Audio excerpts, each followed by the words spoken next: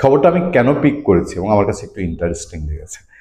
Interesting কোন জায়গা থেকে দেখেন, বাংলাদেশের আমরা আমরা মুসলমান ধর্মাবলম্বী। আমি আমার ধর্মের প্রতি সাংঘাতিক শ্রদ্ধাশীল এবং আমি যতটুকু সম্ভব আমি শতভাগ আমার ধর্মের রীতিনীতি, আমার ধর্মের নির্দেশ পালনের চেষ্টা করি।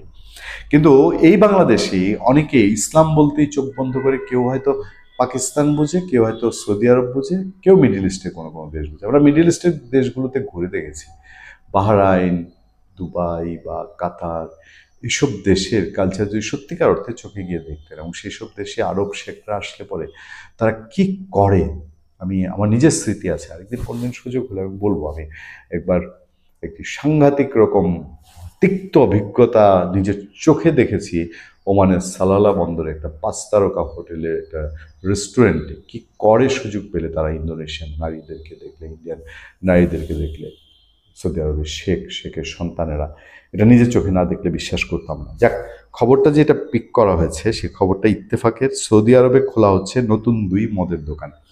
সৌদি আরবে বলে, মানে ঢাকার শহরে মদের দোকান ধরেন আওয়ামী লীগ আমলে নতুন নতুন হয়ে গেছে, অনেকে জানেন অনেকে জানেন না, আর এই খোঁজটা তো সবাই রাখে না। হ্যাঁ, তো আমরা নিউজ করতে গিয়ে অনেক সময় মাদক দ্রব্য নিয়ে নিউজ করি, আমরা মাদকাসক্ত নিরাময় কেন্দ্র নিয়ে নিউজ করি, ফলে আমাদের কাছে অনেক অনেক খোঁজ খবর আসে। হয়েছে এই সরকারের সময় হয়েছে কিনা আমরা এখনো জানি না, হলেও হতে পারে, হবে না এটা বলার মতো না। কিন্তু বাংলাদেশে হলে ওটা নিউজ না, কিন্তু সৌদি আরবে যখন খোলা হবে তখন এটা নিউজ। সৌদি আরব আরো 2টি অ্যালকোহল স্টোর, মদের দোকান খোলার পরিকল্পনা করেছে। এর মধ্যে একটি থাকবে দেশটির রাষ্ট্রীয় তেল কোম্পানি আরামকোর দাহরান কম্পাউন্ডে কর্মরত অমুসলিম বিদেশিদের জন্য, আরেকটি জেদ্দায় কূটনীতিকদের জন্য। বিষয়টি সম্পর্কে অবহিত কয়েকটি সূত্র রয়টার্সকে তথ্য জানিয়েছে। বাংলাদেশে বাংলাদেশে এরকম আছে, বিদেশিদের জন্য কিন্তু আলাদা ব্যবস্থা আছে, তাদের জন্য ওয়্যার হাউস আছে, তাদের জন্য আলাদা বার আছে, সেখানে বিদেশিরাই শুধু অ্যালাউড। কিন্তু ওই যে যে আইন থাকে, আইনের ফাঁকও থাকে, বাংলাদেশে যেরকম ওই ফাঁকে গিয়ে ঢুকে পড়ে সৌদি বাদশাহ, রাজা, বাদশাহ, শেখ, তাদের জন্য এই ফাঁক ফোকরটা আরো বেশি সহজ।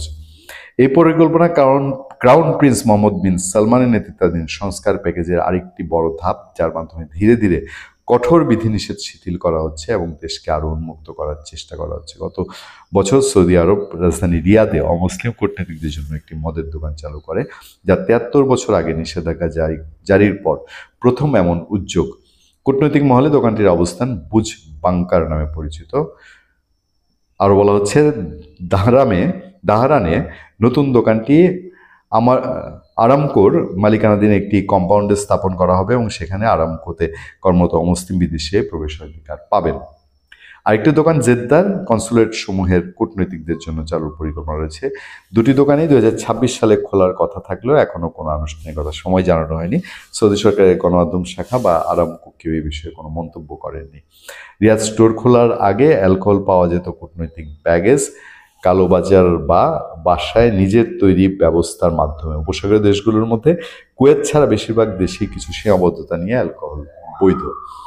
আমি আর দীর্ঘ এই রিপোর্ট পড়তে গেলাম না, আমার কাছে শুধু এটা তুলে ধরার অর্থ হলো যে সৌদি আরব এই পথে যাচ্ছে, মানে যে ওই যে সারা দুনিয়া এখন দরজা বন্ধ করে রাখা যায় না। এরশাদ সাহেব নিজে এসে বাংলাদেশ ক্ষমতায় এসে বাংলাদেশে এক সময় গাঁজা ওই বৈধ দোকানে, এখন যেরকম অ্যালকোহল বৈধ দোকানে পাওয়া যায় এরকম গাঁজা পাওয়া যেত, এটাকে তিনি ধর্মীয় আবরণ দিয়ে তিনি এটা বন্ধ করে দিয়েছিলেন। কিন্তু এরপরে তার সরকারের সময় থেকে হেরোইন, তারপর আস্তে আস্তে ফ্যান্সিডিল, তারপর ইয়াবা, প্যাটিডিন, আইএসডি বোধ হয় না সম্ভবত, মানে আইস বলতে বোঝায় ছোটোখাটো করে, এই টাইপের মাদক বাংলাদেশে গ্রাস করে নেয়। আলটিমেটলি ওই সব শত হাজার বছরের জিনিসগুলোকে একটা নিয়ন্ত্রণের মধ্যে না রেখে তারা যখন এই কঠোর পথে যায় তখন পরিণতি কি হতে পারে সৌদি সরকার নিশ্চয়ই এখন এটা টের পাচ্ছে। ভালো থাকবেন, সুস্থ থাকবেন। আপনার সাথে আমি আতিক রহমান, পুরুলিয়া।